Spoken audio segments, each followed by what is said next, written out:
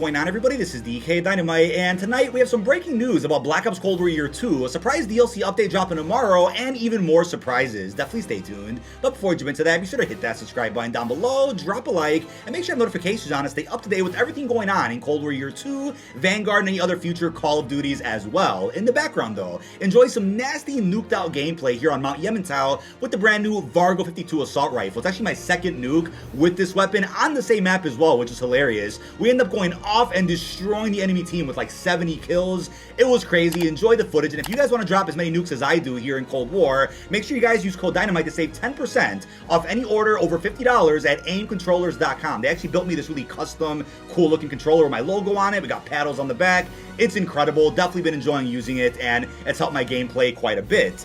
But surprise, as you guys can see over by Treyarch's Twitter, they went ahead and confirmed earlier this afternoon that we've got a content drop tomorrow in Black Ops Cold War featuring the WMD multiplayer map, a Black Ops 1 remaster, of course, which was featured as a Black Ops Pass map in Black Ops 4. You had to pay for it, though. We also have the Vargo 52 assault rifle in multiplayer and zombies, the Tracer Pack, Fiero Fury Reactive Mastercraft, and even more details in the Call of Duty blog, which we're going to get into. But what's really cool about the blog is that it does confirm it is the first Cold War content drop of 2022, so presumably the first of many. As we already talked about in plenty of previous videos, there is quite a bit of content on the way for Cold War over the course of 2022, and hopefully even beyond that. Hopefully when Modern Warfare 2 comes out, we can still get some quote-unquote Year 3 DLC updates for Cold War if Treyarch has any time left to do that. Right now they're juggling rank play in Vanguard, Vanguard Zombies, personal projects on the side, their next Call of Duty entirely, Year 2 of Cold War, and then of course any other help they're working on with the free-to-play Call of Duty coming out in 2023. A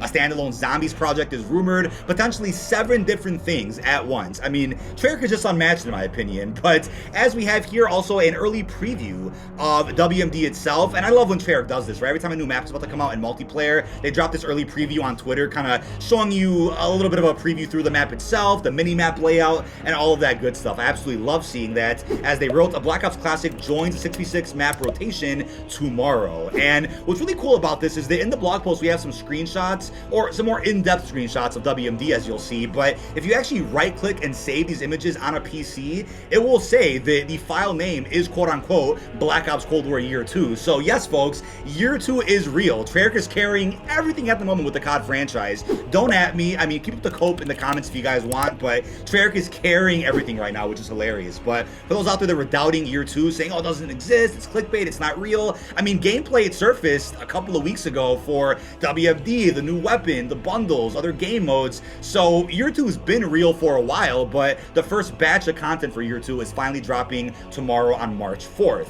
Now, we also have in the blog post what looks like story relevance behind this Year 2 content. In yesterday's video that I posted, we talked about the Year 2 relevance and how that impacts the story with the current Call of Duty canon. And that could actually explain why the Year 2 DLC kind of got pushed back a little bit. And it's actually coinciding with something big that's about to happen over in Rebirth Island, as we'll get into. But the blog says, the action intensifies once again in Black Ops Cold War on March 4th. Treyarch is adding a remastered classic map and a new weapon. WMD brings operators to an abandoned weapons facility, and the Vargo 52 assault rifle provides new weaponry for both multiplayer and zombies. Intel suggests that Perseus operations are spinning up at a lost weapons facility in the mountains. First introduced to players in the original Black Ops, WMD is a large multiplayer map featuring a multitude of power positions throughout its interior and exterior spaces. So that's the thing, right? In the Black Ops 1 campaign, WMD is marked as a Soviet facility and was very important towards discovering Nova 6, leading us to Rebirth Island. And as it looks like, right, based on yesterday's blog about Rebirth Iron Trials, which I haven't played yet, but I'll get to that this weekend, it looks like something big is going to happen to Rebirth this season, and a familiar foe is going to be returning, presumably Stitch, if I had to take a guess. I mean, what other foe would find any relevance or importance over at Rebirth? It's got to be Stitch, right? So maybe I'll be surprised and I'll end up being wrong about that, but these connections to Rebirth might be huge, and the implications for this might end up providing some more Cold War storyline, even throughout Vanguard's post-launch season, which I wouldn't complain about at all. I'm down for it. Now, as they wrote about the Vargo, it is one mean weapon, and it's particularly effective where versatile equipment reigns, and in zombies, it can be one of the most devastating assault rifles in the game with the right suit of attachments. Here's its its in-game description. Full auto assault rifle, good damage at mid-range with a fast fire rate, improved muzzle velocity, and reliable handling for steady firing control. So the challenges to unlock this weapon for free in multiplayer zombies are as follows. In multiplayer, using assault rifles deal 1000 damage in 15 different completed matches. So mark that, completed, right? Don't forget about that. In Modern Warfare 2019, there was a bugged out challenge where, yeah, you're able to do it in that game's multiplayer for whatever reason,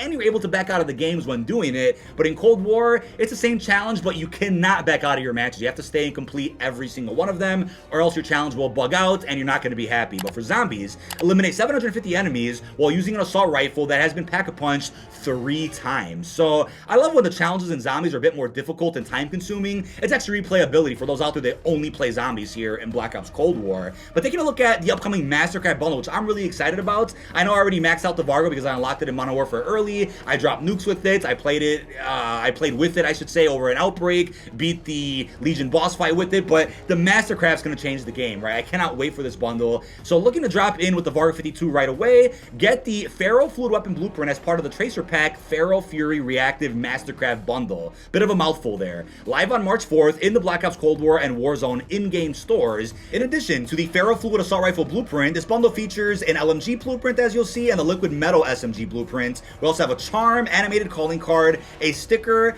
a spiked reticle, and the Fluid Manipulation Gesture. So once again, getting huge vibes of Venom, Symbiote, nanotech technology, some Sonic Wave type of ability. It is absolutely beautiful looking, and it does say you still need to complete the in-game challenge to unlock the base version of the weapon, and you can use the blueprint to help you get there. Get ready to drop into Cold War and Warzone with this brand new assault rifle starting tomorrow. Execute the mission. So we have a nice early look at this entire bundle thanks to Elvis COD. I mean, lots of hackers out there are pretty talented in the COD community, and hopefully they get jobs one day doing something related to data mining, because they've been able to access not only WMD early, but the weapon, a full look at all the bundles in the item shop. I don't know how they do it. I don't even have a PC yet. I have no ability to do any of that, but I report on the news every single day, so that's why I've been covering a lot of Cold War news as of lately, because lots of spicy material has been posted over on Twitter, over on Reddit, and you guys know where to come for the best coverage of any Call of Duty game. But aside from the content confirmed for tomorrow, you guys are probably wondering, well, what about the Jungle Remastered multiplayer map? What about the other bundles? And we also know that one of the weapons coming out, the Fléchette SMG, that's the code name for it, doesn't have a bundle tied to it yet, and neither does that Swiss Mastercraft, which footage exists of. So with that being said, there is another batch of bundles coming out at some point in 2022, which will feature extra cosmetics and of course a bundle for the new SMG and even for that Swiss Mastercraft. But as of right now, we also have the Scythe melee weapon that's tied to the Ravenov Tracer bundle. So that's hopefully come out in the next couple of days. Maybe we end up getting an update as of next Friday again, or maybe an update at least once a week until the end of Season 2 with this batch of current DLC. And we also know about an Onslaught LTM mosh pit coming out, and it's great for Xbox and PC for those out there that didn't get access to any of the cool LTMs that Onslaught got over the first 6 seasons. And we also have Slasher Deathmatch, kind of reimagining in a way of Scream Deathmatch, but minus the Halloween and Scream aesthetics. That's coming back, which is fantastic. I'm excited for that.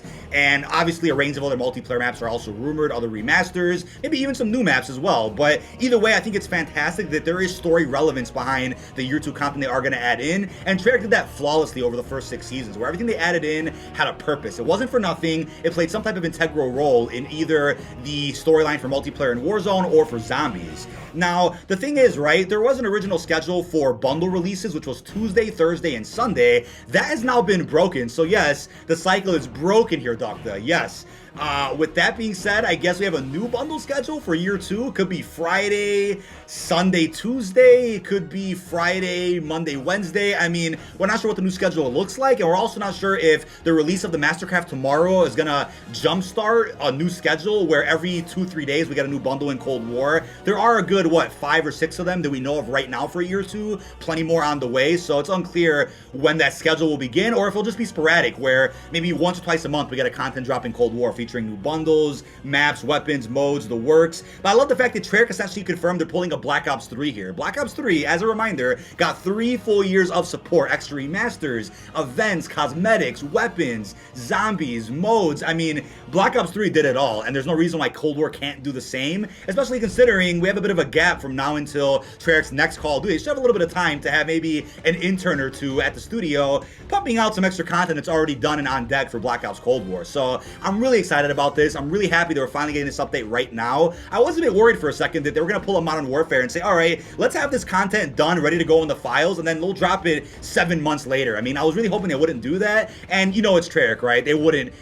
disappoint the community, in my opinion, right? They have a lot of surprises up their sleeve, and we have plenty of content to come for a game that hopefully you guys enjoy. Now, another thing I wanted to go into is more cinematics. So, as a bit of a follow-up to yesterday's commentary, I do think, considering the Butcher is still narrating a story to Mason and his crew, we're gonna get a cutscene at some point this year where that story ends, where Butcher finishes his narrative to them.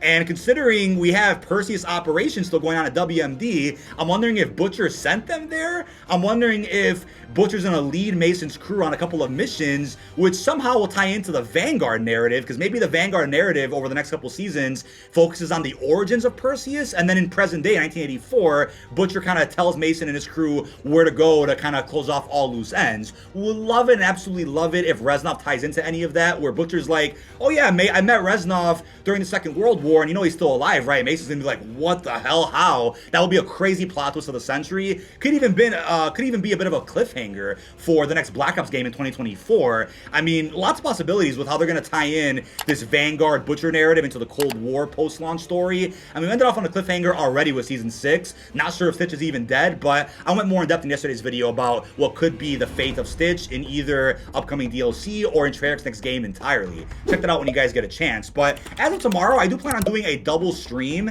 and we'll see if my internet can handle it. I'm sure it can, but every once in a while, Xfinity's like, yep, nope, you're not going to be streaming. So, should be doing a stream in the morning, a bit of a countdown to our first major Year 2 update of Black Ops Cold War. We'll be nuke sweating, dropping some crazy gameplay on WMD, using the new Mastercraft, having as much fun as we possibly can, and then maybe after like an hour or two break, I'll end up going live with the podcast as well. A really juicy episode of Bombshell with Fajardi, where we have quite a bit to discuss, right? Lots of topics this week that we definitely want to get into. So expect a double stream tomorrow, and I was going to stream Iron Trials today, but I'm actually seeing The Batman tonight, so I think on Sunday, I'll end up going live for a little bit with some Rebirth Iron Trials, see how it is, get some open lobbies done with you guys, and we'll see what happens from there. Now, also in regards to zombies, right? As of right now, because we're still working on Vanguard zombies, I don't really think we're going to get anything major to Cold War zombies this year. I would love to be proven wrong, and I hope to be proven wrong, but the thing about that is there are quite a bit of Onslaught maps still on deck, and there's even gameplay screenshots of Onslaught being force-loaded by hackers onto maps that never got Onslaught support.